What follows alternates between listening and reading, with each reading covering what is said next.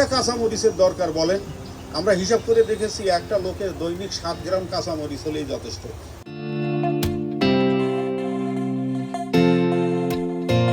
আপনার পরিবারে যদি 5 জন সদস্য থাকে তাহলে 35 গ্রাম কাঁচামরিচ লাগবে।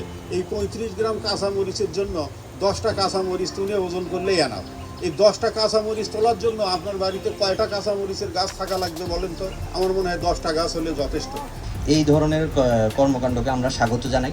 আমরা অবশ্যই প্রশাসন আপনাদের পাশে সবসময় আপনারা পাশে পাবেন, এবং এখানে যারা যারা উপকারভোগী আছেন, আমি আশা করব আপনারা সুশৃঙ্খলভাবে কোনো ধরনের ঝামেলা ছাড়াই আপনাদেরকে যা কিছু তারা বিতরণ করবেন সেই প্রোগ্রামটি আপনারা সুষ্ঠুভাবে সম্পন্ন করার ক্ষেত্রে আপনারা সহযোগিতা করবেন।